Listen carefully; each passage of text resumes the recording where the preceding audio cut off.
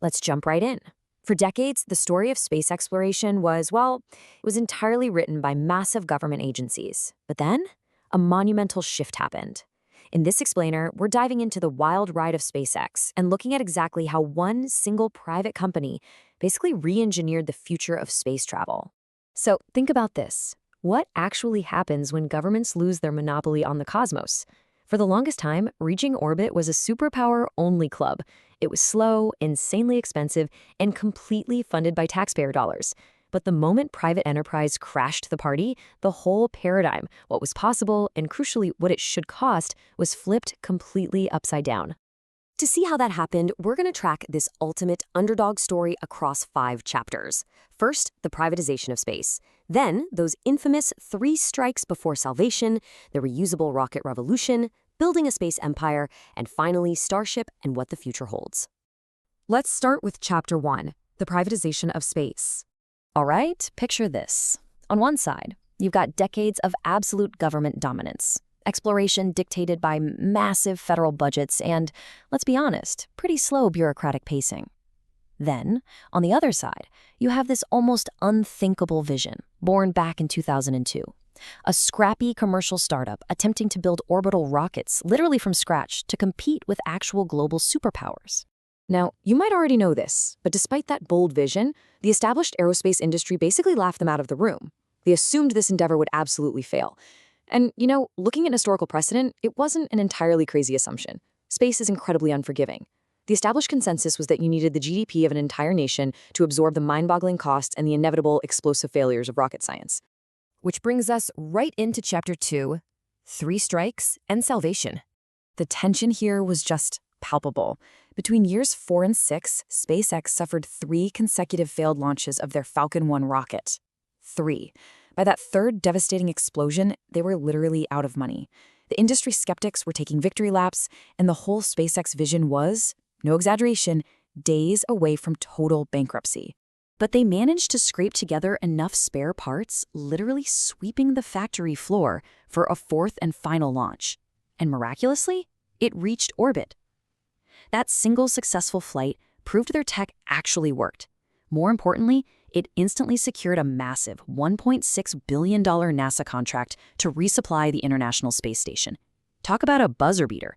That was the lifeline that kept the lights on. With disaster averted, we hit Chapter 3, the reusable rocket revolution. Okay, so here is the true game changer, the Falcon 9 and the crazy concept of rapid reusability. Historically, rockets were entirely single-use. Imagine flying a 747 from New York to London and then just throwing the entire airplane into the ocean. That is exactly how space travel used to work. Until, of course, this breakthrough allowed massive launch vehicles to deliver a payload and then safely land themselves back on Earth, ready to fly again. To put that into perspective, the old disposable model meant spending tens of millions on a complex machine just to let it burn up in the atmosphere. The new, reusable model, it recovers the absolute most expensive part of the rocket, that massive first-stage booster. You just don't have to build a brand new multi-million-dollar machine from scratch for every single mission anymore. And this reusability fundamentally shattered the economics of space. We're talking a total paradigm shift. Traditional government launches used to cost hundreds of millions of dollars. SpaceX didn't just slightly lower that cost, they slashed it. They made access to orbit significantly cheaper and, crucially, far more frequent. So, having solved the cost problem, we move to Chapter 4, building a space empire. Riding on the back of the Falcon 9's success, SpaceX didn't just stop at launching satellites. They built out this sprawling ecosystem. They revolutionized cargo transport with the Dragon spacecraft. They started literally blanketing the globe in high-speed internet with a Starlink network.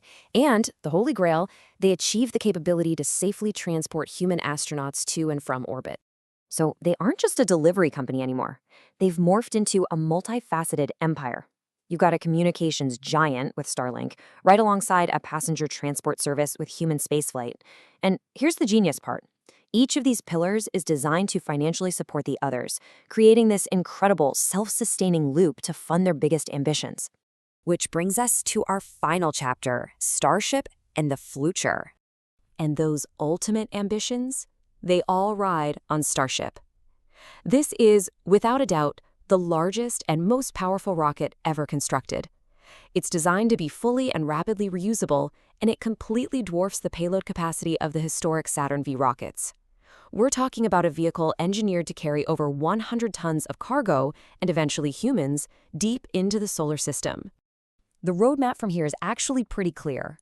First, standardize commercial space travel. Make it as routine as catching a commercial flight.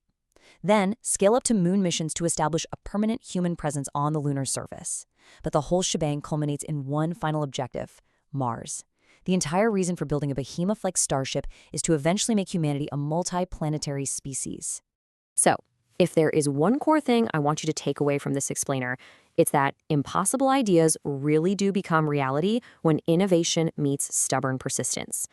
Think back to those early failures. They were flat broke, written off by the smartest people in the industry. But by combining relentless engineering with just an absolute refusal to give up, they didn't just build a successful company, they fundamentally altered the trajectory of human history. So I'll leave you with this. What is the next era of exploration going to look like for humanity now that the frontier is genuinely open?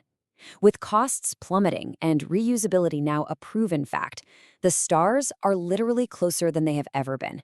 Keep that in mind as we watch the skies in the coming years.